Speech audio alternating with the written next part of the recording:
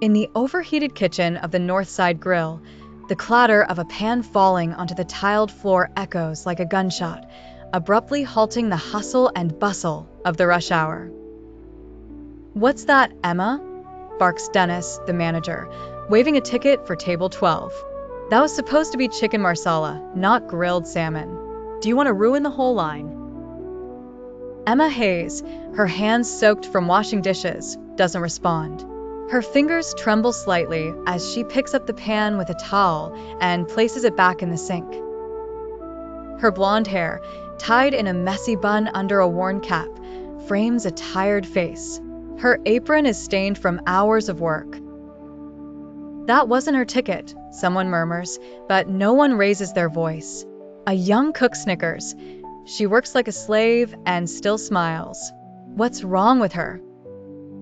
Emma hears but continues scrubbing, hiding the flush creeping up her neck.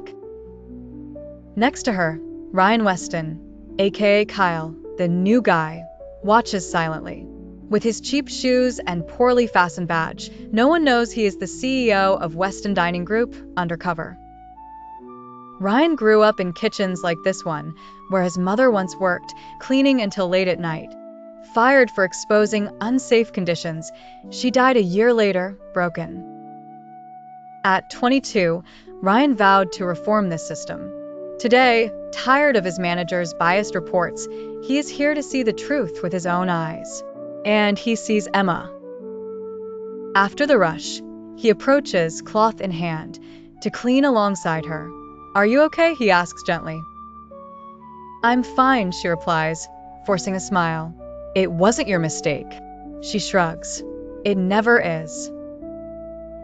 "Then, do you always stay this late?" "Just an internship," she says. 14 days. 2 shifts a day. Ryan frowns. "Doubles for 2 weeks? Is that legal?" She laughs bitterly. "Does it matter?" Before he can respond, she walks away with a tray.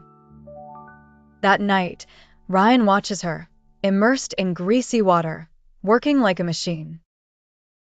Then he sees her grab a discarded piece of bread, eat it furtively, with quiet shame. This image strikes him.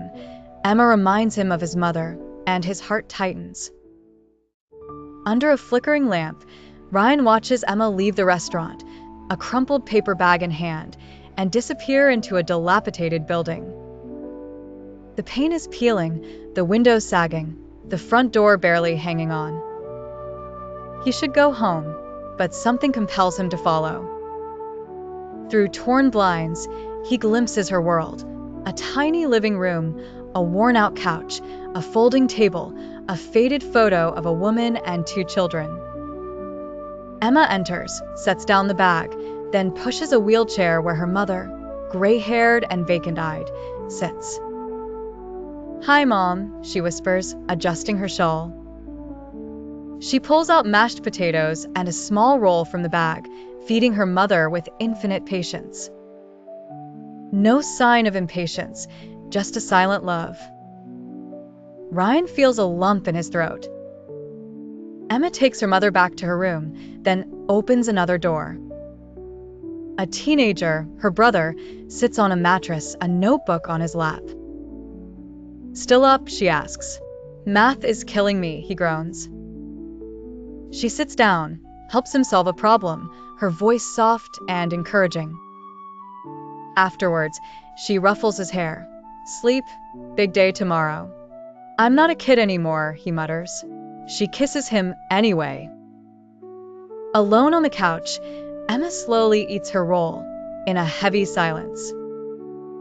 Ryan, leaning against a cold window, understands she is not just a dishwasher. She is a daughter, a sister, a caregiver, a survivor. Ryan can no longer ignore Emma. Every day, he observes her quiet resilience. She arrives on time, apron stained, hair pulled back, and works tirelessly. She never checks her phone, never complains, and cleans up others' mistakes without a word. The way she washes the dishes seems almost sacred, imbued with dignity. One Saturday night, chaos reigns. The washing machine is broken. Orders pile up. Emma is busy, steam clouding her face as she handles a hot pan. Suddenly, a bowl explodes in her hands, shattered by the heat. Blood flows from her palm. "Emma!" Ryan exclaims, rushing over. "I'm fine," she says hurriedly, hiding her injury behind a dish towel. But he sees the pain in her eyes. Silently, he follows her steps to the service sink, where she rinses the cut, lips pressed tight. Without a word, he hands her a clean tissue, which he gently ties around her hand. "You still carry this?" she asks, trying to joke. "Old habit," he replies with a smile. "I've seen worse," she murmurs. "I see," he says softly. She returns to the dishes, keeping the tissue. Later, during a quiet service, Ryan misreads a ticket. "Chicken Florentine?" Emma corrects him. "Florentine with spinach." Mistakes are common at Northside Grill, but they always fall on the same shoulders. One evening, Dennis brandishes a wrongly ordered pork chop. Table 9 wanted salmon. Who prepared this? The cooks fall silent, some faces wearing smirks. Dennis turns to Emma, frozen at the sink. "You again," he growls. "You think that because you're discreet, I don't see your blunders? You're lucky I haven't fired you." Emma stammers, but Ryan intervenes. "It wasn't her. She didn't touch the tickets. I was prepping with Luis." His voice trembles with contained anger. Dennis glares at him. "You've been here 5 minutes, Kyle. Shut up." Emma gently pulls Ryan by the sleeve, her eyes pleading. "Let it go, please." She whispers, "If I make waves, he'll fire me. Without this job, my mom dies." Ryan, frozen, understands. Surviving for her means enduring, not fighting. The kitchen noise resumes, but this exchange haunts him. An hour later, in the break room, Emma is alone, head down. Ryan sits next to her, respecting her silence. "I didn't make the mistake," she murmurs, "but I take the blame. I thought if I worked hard, they'd keep me. But it's not getting better, it's just getting heavier." Her tears flow silently, as if she has learned to cry alone. Ryan places a hand on her shoulder, a simple but solid gesture.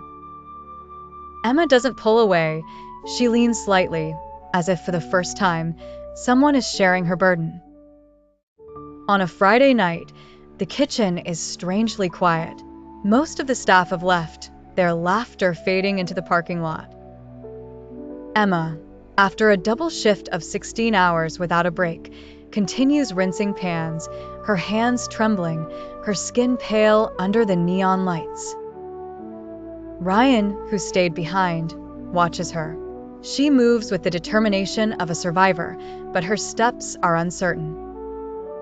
He calls out softly, "Emma?" No response. She reaches up to grab a box of cloths from a shelf, wobbles, then collapses.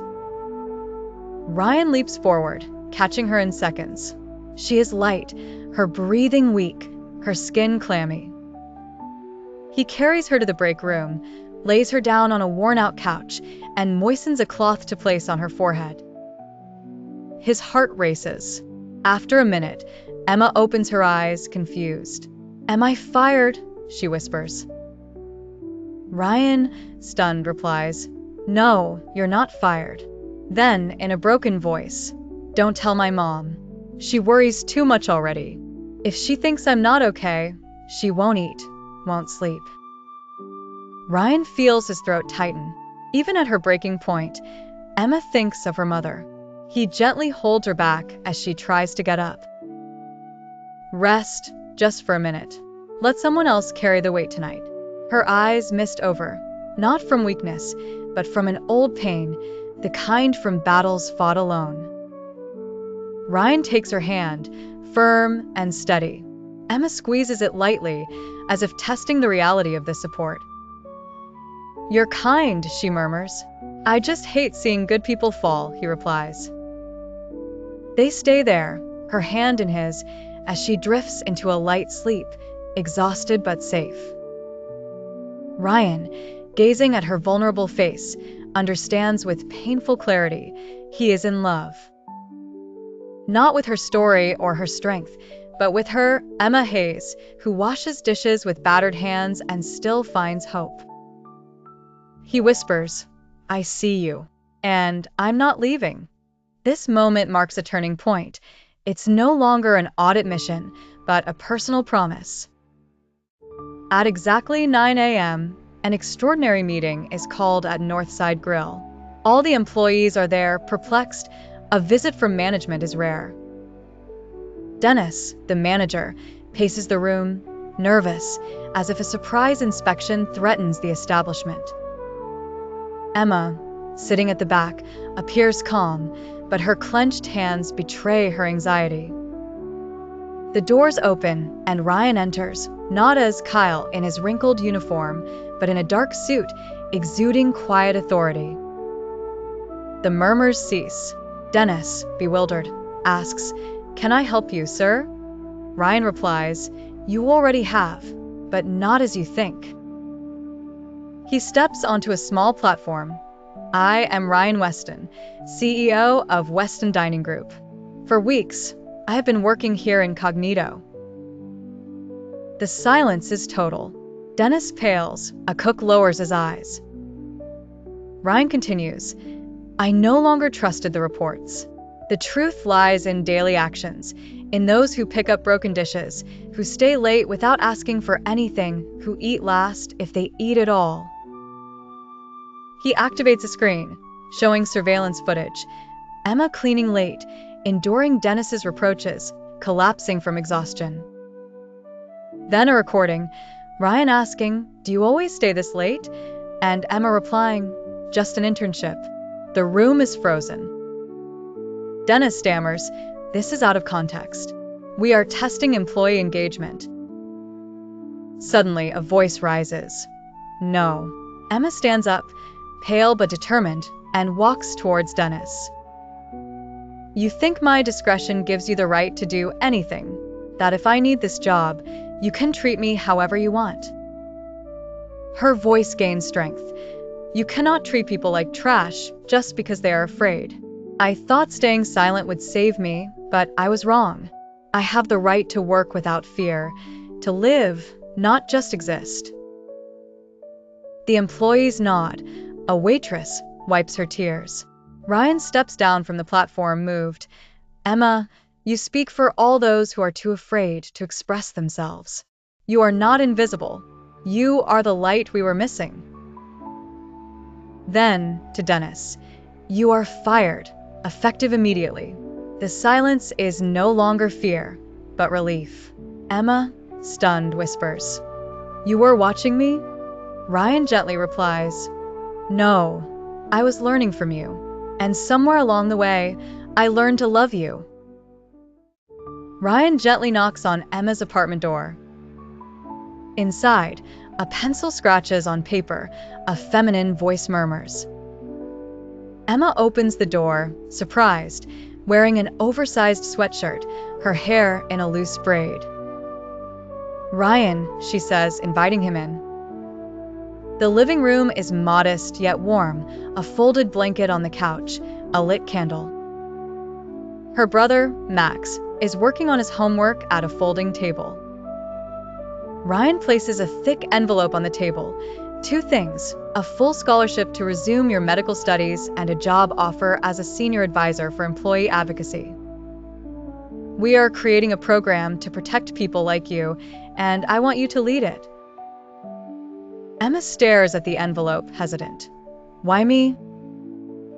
Ryan replies, "Because you reminded me that growth comes from gratitude, humility, and the courage of others." Emma, moved, whispers, "Thank you." Ryan is about to leave, but the rain is pouring outside. He hears the door slam behind him, then quick footsteps. Emma, soaked, runs towards him and hugs him, her face against his chest. "I was scared," she murmurs, "scared that if I hoped, it would all disappear. But I want to live, not just survive. And I want to live with you."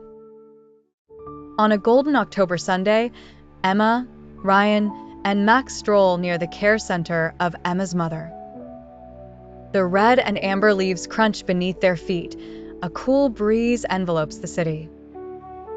A piano melody, beloved by her mother, escapes from a window. Emma stops, uncertain. "Do you think she will recognize me today?" Ryan squeezes her hand. "She always does, even when she doesn't show it." In the courtyard, a nurse leads them to her mother, seated in a wheelchair, eyes closed. Emma kneels. "Hi, Mom." Her mother slowly opens her eyes. For a moment, nothing. Then, "Emma," she whispers in a fragile voice. Emma holds back a sob, tears springing forth. Max exclaims. She remembers. The nurse, moved, covers her mouth. Emma caresses her mother's face. "Yes, Mom, I'm here." Her mother smiles. Emma turns around, throwing herself into Ryan's arms, crying freely. She remembered, she breathes. Ryan holds her tight. "You gave her a reason to come back." Emma, looking up, replies, "No, we did." He caresses her cheek. "You fixed a system, and you fixed me." They kiss gently, leaves swirling around them. Emma is no longer the invisible girl in the dish room. She has become extraordinary through her choices. Her story, relayed through testimonies and internal videos, inspires the employees of Weston Dining Group. The reforms she helps implement, fair wages, mandatory breaks, protection against abuse, change lives. Ryan, by her side, ensures that every policy reflects the dignity Emma embodies. Their relationship, rooted in trust, grows without ostentation. 6 months after Ryan's revelation, the Northside Grill is no longer the same. New policies, inspired by Emma, ensure fair working conditions, paid breaks, decent wages, and an anonymous reporting channel for abuse. Emma, as an advisor, makes sure every employee, from the dishwasher to the server, is heard. Her experiences guide every reform, restoring dignity to those whom the system had forgotten. At university, she excels in medicine, her dream reignited by a scholarship. In the evenings, she works remotely, refining initiatives for Weston Dining Group. Her mother, in a care center, shows signs of improvement, smiling more often. Max, now in private high school, talks about becoming an engineer, his grades rising. Ryan, no longer the distant CEO of the beginning, visits the restaurants, listens to the employees, drawing inspiration from Emma's resilience. Their relationship remains discreet. Quiet dinners, shared laughter, a trust built on challenges overcome together. One day, in her office, Emma notices her old lab coat framed. "You kept it?" she asks. Ryan smiles. It's a reminder of what matters. The strongest systems need human hearts. She takes his hand, moved. Emma's impact goes beyond the company. Articles recount her story, inspiring other workers to stand up for their rights. A viral video, showing her speech at the meeting, accumulates millions of views. "I thought staying silent would save me, but I was wrong," she declares. This phrase becomes a rallying cry for the invisible. One evening, as they walk under the stars, Emma confides, "I was afraid to dream again. You showed me it was possible." Ryan replies, "And you taught me what courage is." Autumn settles in, and Emma, Ryan, and Max live a transformed life. Emma, now a medical student, radiates a newfound joy. Her role as a counselor at Weston Dining Group gives meaning to every policy she helps create, ensuring that no one is crushed by a failing system. Her mother, in a care center, calls her name more often, a fragile miracle. Max, thriving, dreams of a bright future. Ryan, at the helm of the company, continues to reform, guided by Emma's strength. Their love, simple and solid, is nourished by shared moments, a coffee in the sun, a walk under golden leaves. In Ryan's office, Emma's lab coat, framed, remains a symbol, a reminder that human dignity must prevail. One Sunday, they visit Emma's mother. A melody of piano floats in the air. Emma kneels. "Hi, Mom." Her mother smiles, whispers her name. Emma, tears in her eyes, turns to Ryan. "We brought her back." He replies, "You did."